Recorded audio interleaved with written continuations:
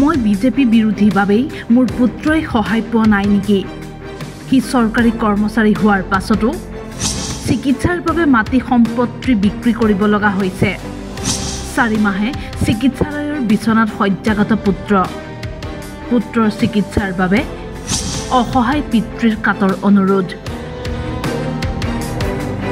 4 মাহ ধৰি চিকিৎসালয়ৰ বিচনাত শয্যাগত অৱস্থাত আছে সুমন্ত লস্কৰ। অসম চৰকাৰৰ অগ্নি নিৰ্বাপক বাহিনীৰ গাড়ী চালক হিচাপে কৰ্মৰত হৈ আছিল যুৱকগৰাকী।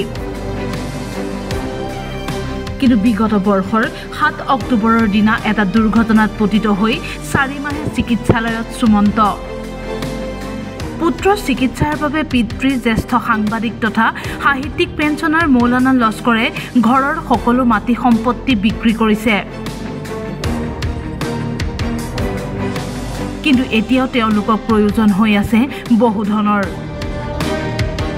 4 মাহ ধৰি পুত্ৰ চিকিৎসালয়ৰ বিচনাত পৰি আছে যদিও কোনো এজন জনপ্ৰতিনিধিয়ে খবৰ লোৱা নাই সুমন্তৰ। সেয়ে পিতৃয়ে মুখ্যমন্ত্ৰী ডক্টৰ হিমন্ত বিশ্ব শৰ্মালৈ জনাইছে কাতৰ অনুৰোধ। যদিও অসমৰ মুখ্যমন্ত্ৰী হিমন্ত বিশ্ব শৰ্মা দেৱলৈ মোৰ এটি বিশেষ অনুৰোধ। মোৰ সৰু পুত্ৰ সুমন্ত মহন্ত লস্কৰ আপোনালোকৰ অগ্নি নিৰ্বাপক ডিপাৰ্টমেণ্টৰ এগৰাকী ড্ৰাইভাৰ। যোৱা বছৰৰ 7 অক্টোবৰ তাৰিখে তেওঁ কৰ্মস্থল বোকাজানত এক স্কুটি এক্সিডেণ্টত তেওঁ আজিও ICU কক্ষতেই থাকিব লগা হৈছে। আজি প্ৰায় 4 মাহ কাল অতিক্ৰম হ'ল। মই মোৰ সামান্য অৰ্থৰে সৈতে মই তাক চিকিৎসালয়ত মই ৰাখিব পৰা অৱস্থাত নাইকিয়া হৈছে ভাল কৰা ধৰণৰকৈ।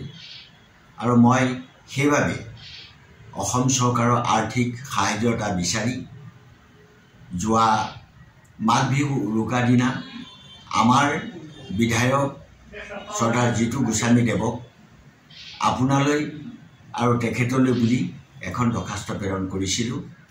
বিধায়ক জিতু গোস্বামীয়ে কৈছিলে যে মই মুখ্যমন্ত্ৰীৰ লগত কথা পাতি আপোনাৰ কিবা এটা সহায়তা কৰাৰ ব্যৱস্থা হ'ব।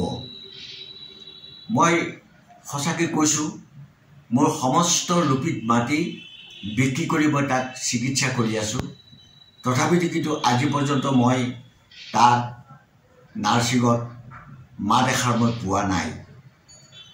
গতিকে দুৰূহ হৈ পৰা যি চিকিৎসাৰ খৰচ তাৰ বাবে মই আশা কৰোঁ আপোনাৰ অসম চৰকাৰৰ বিশেষ তৰফৰ পৰা এই আপোনাৰ কৰ্মচাৰীজনৰ বাবে কিছু আৰ্থিক সাহায্য মোক দিলে ল'ৰাটোৱে কিছু বচাৰ সম্ভাৱনা থাকিব পাৰে। কাৰণ আজি প্ৰায় 4.5 মাহ কাল হৈছেই সি আজিও ঠিক তেনেকৈ নাৰ্ছিঙতে তাক ৰাখিব লগা হৈছে। কিন্তু তাৰ আজি পৰ্যন্ত মাত এটাও পোৱা নাই। সেয়ে মই আৰু এটা কথা কওঁ, মই সাম্যবাদী বিশ্বাসী। বহুতো বিজেপি মানুহে ক'বলৈ বিচাৰে যে মই সাম্যবাদ বিচাৰি মই বিজেপি বিৰোধী কাৰণে তেওঁলোকে এই সাহায্য নিদিয়ে। কিন্তু মই আপোনাৰ পৰা জানিবলৈ বিচাৰোঁ, হয় মই সঁচাকৈ সাম্যবাদী বিশ্বাসী মানুহ হয়।